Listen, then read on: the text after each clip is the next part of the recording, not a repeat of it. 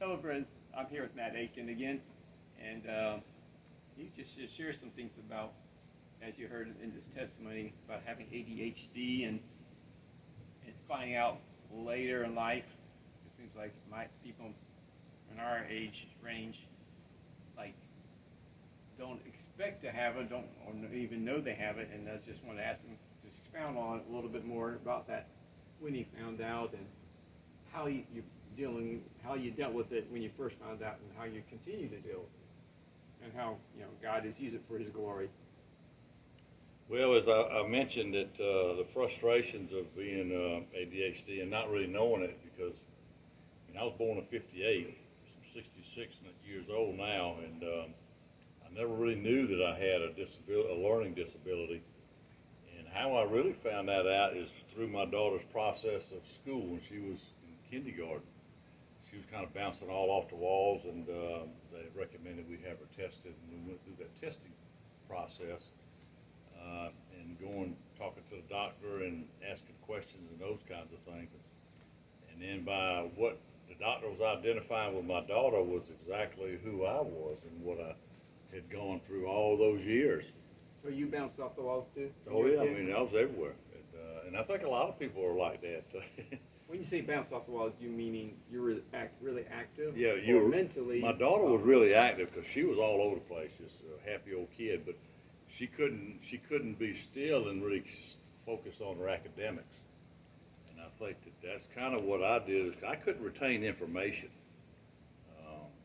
and remember it and be able to repeat it. And that was, to me, growing up, that was really frustrating because you had to study for tests. It was really hard, and you felt like a failure when you have those disabilities and you don't even know it and you're wondering what it is. And that's why a lot of people, they'll drift off and start using something to find some kind of escape in their life, drugs and alcohol, and all that happened to me. And there was a lot of people that I met along the way that's the same type of situation. How did you go through high school and so forth? How did you manage? I mean, how did you pass and so forth? Don't tell anybody, but I cheated. As I referred to my sister, she was valedictorian, so she would do my homework, and she didn't charge me any money. And if it wasn't for her, I wouldn't be where I'm at today. I always say that to people, but she would do my homework, so that would help me a lot. And then I remember trying to study in the mornings. It would still be kind of on my mind if I could read it and retain it. Sounds so fresh. Yeah, that's right. Going into the classroom that morning. So you did learn some things over time, what worked and what didn't work. Yeah. And then too, I think if you're not interested in certain subjects, you're not going to really put that towards it anyway. Right. So what was your interest? Machine shop, and I failed like 3 grades. Somewhere my dad found the Richmond Academy Vocational School. He went down and talked to them and got me out of Langford. And I tell you, that was a lifesaver. They had academic side of classes, but they also had shops. And I think not everybody's cut out for school. So I was cut out for, I guess, the machine shop and learning that kind of stuff, and then being around the shop environments. So that was real helpful, and there was kind teachers there that loved me, and one of them was an English teacher, Miss Williams. She was tough, but somehow she really just reached out to me and helped me learn, and it's those kinds of things that you have people. So if you're going through things, there's people out there that will help us. But you got to be vulnerable, be willing to say, hey, I really do need some help. And so did you come to that point? Your parents? No, I came to that point. So it was kind of collaboration. Yeah, I mean, you and your parents said, "Hey, we need to do something." Well, they were at wit's end because, see, when I was in junior high or elementary school, they just didn't have ADHD medicine. So they're trying to figure that out. And back then, you didn't take medicine. You got your book with it. So I mean, tighten up and sit down, that kind of thing. So it was tough. Dad had a big ring on his finger, and we'd get out of line and go pop. That'd get our attention. It wasn't right, but it's just kind of the era of that. So where now we got times that teachers can identify a lot of that now. Where back when I was younger, it wasn't really identifiable. So you did machine shop, and you learned some about And They in, just in gave that you process, I was still using, there was a lot of people in that era there. We were like a lot of misfits vocation. But it was good people, good teachers. They cared about us, and that was a good setting for us. So that was in high school. That's right. So Richmond as Academy. time went on, what'd you do when you got older? Well, I mean, like this, I got arrested, and and I got probated sentence, and then when I got out of school, I did graduate by the grace of God, and so that was a blessing. How'd you deal with ADHD during that time? I guess. It was just still undetected. We didn't know what was going on. It was just kind of this how it was, and that's why I never really had major jobs. It was hard to apply myself and find a good job. And I was always discouraged by that too. And I looked for jobs. And I wasn't a good writer. I wasn't, couldn't really do. Where my sister, she would help me with a lot of that type of stuff. And then I had people who would help me. Do a resume or something like that. I remember when I got out of prison, and there was a girl's family had been affected by crimes. Her brother had killed somebody, and she was a public relations person. And she helped me when I got out, trying to put my life back together. And she was able to craft really a unique resume on my behalf. I was just really stunned by what she could pull out of this, the basic things that I'd done in life. Right. Kind of focus on Yeah. your good And qualities. see, I didn't have that. Yeah, and Accomplishments. that's right. And so it was really pretty amazing. And, So you're about what age now? so I was probably I'd been in and out of jail, and then I think that I was probably around 30 when I met her, and then I did prison ministry. So I always had a real heart for men in the streets and Right. prison. and Because that you've kind been of- there. That's right. I understood it. So I had an opportunity to go back and go into jails, and not only in Augusta but around the country and speak and that kind of thing. So Then I know you said you were married, then divorced, and then you got married again, yeah. and that was close to the time about when you realized. We had a started- daughter. I was 47 years old when we really figured out I had ADHD. Not knowing it. See, when I worked for Olin Chemical Corporation, I mean, I handled hazardous material, and there was startup things that you don't do every day in that chemical plant to get things running. And I'd have to keep like little notepads in my uniform, my work uniform that we were required to wear it being around that hazardous material. So I had to go back and look at those certain notes until I got familiar with it, and it took a while. And if you're not doing it every day, you lose it. What's the old saying? You lose it, you lose it. Don't use it, you lose it. So those are the kind of things that I struggled with that, and there was things that I missed starting up stuff, and so it really drew attention back to me, and it jeopardized, I felt like, my job, and that I was inadequate to do those jobs. It was such a great job, and I sure didn't want to lose a job like that, coming out of prison and rebuilding life, because I couldn't remember stuff in a way that was good. And I remember when I was in prison, I started reading more, and that started helping me a little bit. Now, I still like to read. When I'm on vacation, that's when I read the most, because that's what I'm always on the go, and that's when I kind of relax. I like to read things. I like to read things that inspire me and help develop my mind, and challenge my thinking, and encourage me and equip me for things that I'm involved with now. So through those things of learning through my daughter's scenario there, and I remember I was elected to an office here in Richmond County as a commissioner for District 1. And I worked at Olin. How long ago was that? That was in 2010. And when I was elected, I was, when you're elected official, that's big news. For me, as a guy coming out of prison, ADHD, struggled all his life, and to be a commissioner I was humbled by it. A lot of times I felt inadequate then, too, to do what I needed to do. By that time, though, you kind of had more understanding, and you had tools. That's right, I did. And then, too, I had a relationship with God, because that's when I got saved. I was, in the county jail. And that's really, I leaned on the Lord a lot. And that's what I had to do to get through life. And I said, Lord, you got to help me overcome these things, situations. And so I was elected, the pinnacle of life. I was an elder at my church. I was an elected official in Augusta, which is a big city in my mind. And So being able to lead in that way, and then when I lost in the runoff, it was just kind of a scenario that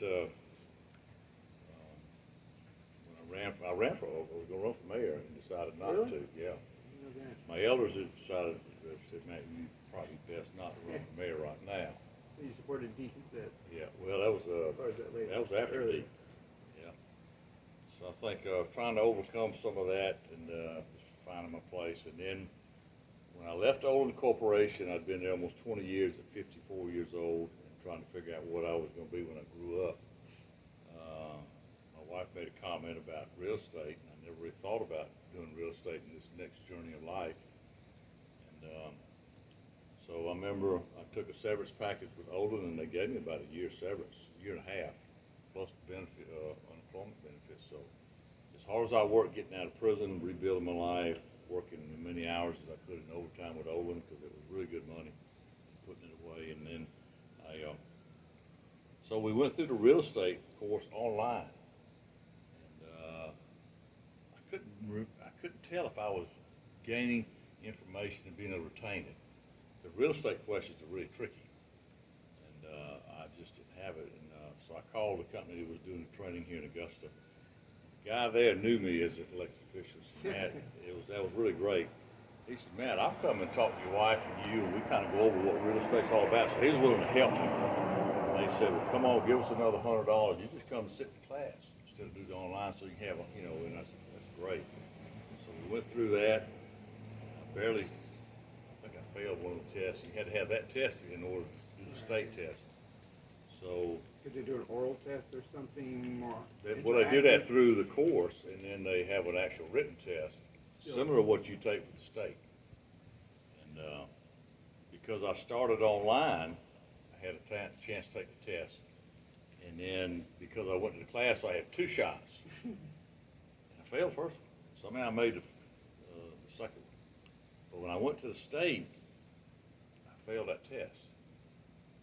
And here I was, had rebuilt my life, was a political leader, elder, and then I went and took my state real estate test and I failed.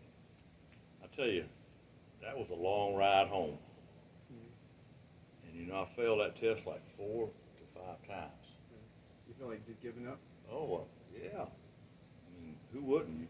And I had to go to either Savannah or Atlanta to take the test, so I had all these people wanting to call and talk to me, and I really didn't want to talk on the phone, because when you fail, you don't want to, Right. you sure ain't no talking to Nothing, moving. what's there to talk about? Yeah, that's right. And, You talk to God too? yeah. And then I think around the 4th or 5th time, I said, God, something's got to give on this. And during that is when my daughter was going, we were trying to figure her out in her ADHD. Was it right? Yeah. So I called the state real estate licensing board. I called them on the way home from Savannah. I said, I've taken this real estate test like 4 or 5 times, and I said I failed it. And I said, I feel like I get anxious toward the end of that 4 hours. And I said, is there any help that y'all could give? They said, sure is. If you can get a doctor's, you had to go see a doctor and be diagnosed that you had something. If you did do that, then certainly we could help that. But all they need is some kind of doctor's. So, and that's what I was referring to. There's help out there. We just got to seek it. Whatever it might be, you got to seek it. You got to be asking. I asked the Lord all the time to help me with all my stuff that I had to overcome. And so we went and saw the doctor. That gave me medicine. And by having that disability, and it's for me, and even my daughter, now that she's diagnosed, because we had to run her through a different type of test for academics for school. We had to redo that right before she went to college. So she's got a disability, a learning disability, which I had. They allotted 2 more hours for me on that test. I had my medication, and then so I went back and took it again. And you know who my big cheerleader was then? My sister. Oh, really? Yeah, it was a test. It cost about $100. And each time I failed, my sister would say, "Go take it again. I'm paying for it." And it's not a huge amount of money, but it was that encouragement. Right. So, and then with my daughter, when she went through that, we did this academic testing with this some kind of professor type guy. was like $2,000 to get her figured out in that. But that allowed her to have time for academics she could be in a room by herself. And that's because of that disability. So they gave her more time in by herself if need be. So those are the things that I did, and I went back, had my medication, I did 2 hours extra, and I passed that test the first time. But it goes back to what you just said, is being, I almost gave up. What if I'd have gave up? I mean, I've had some really cool stuff with real estate. I've been doing this in 2014 now, it's almost 10 years. So I've done some real cool deals, and I enjoy commercial real estate because I just love working with business people. That's kind of my passion. And sometimes I pray for my clients and customers. Some of them are in dire straits trying to move their properties, and they're, when there's not moving and the market may not be, or it's just different scenarios. So it gives me a chance to encourage my clients and customers, and I ask the Lord on their behalf to help us have some breakthroughs with whatever's going on in their life, as well as their financial situation. So I felt like giving up many of those days driving home, but I didn't want to go back to shift work. I wanted something that I could have a different type of hours. And I remember interviewing with Mr. Maybaum. He said, "Matt, you got enough money to live on for 6 months to a year till you get your career started." I had a rainy day fund. That's what I lived on, to be able to do my real estate work. So I was appreciative of that. I know why I had that account there, but that's exactly what that God had ordered by me doing that. So those are the kind of things that people put in my path and help me. And even now, my broker is a lot younger than I am. We make a great team. So God has continued to put people in my life to walk alongside me, help me. By being an older dad, I reach out to my daughter more because I've been through a lot of stuff, and I try to impart that wisdom and encouragement to her. So we really have a good rapport. I think I'm more intentional as a dad because I had a tough upbringing. I said I don't want to do that because of what I had to do, and I try to be more intentional, loving to her. So that's kind of where she's at, and I'm so thankful that God has orchestrated all this, and I'm where I'm at a young 66. So if you need help, reach out to help. Ask God to help you. He'll start to manipulate and open up doors and bring people in your life to help you. Well, thank you for your time. Yep. Hope that blesses and ministers to somebody.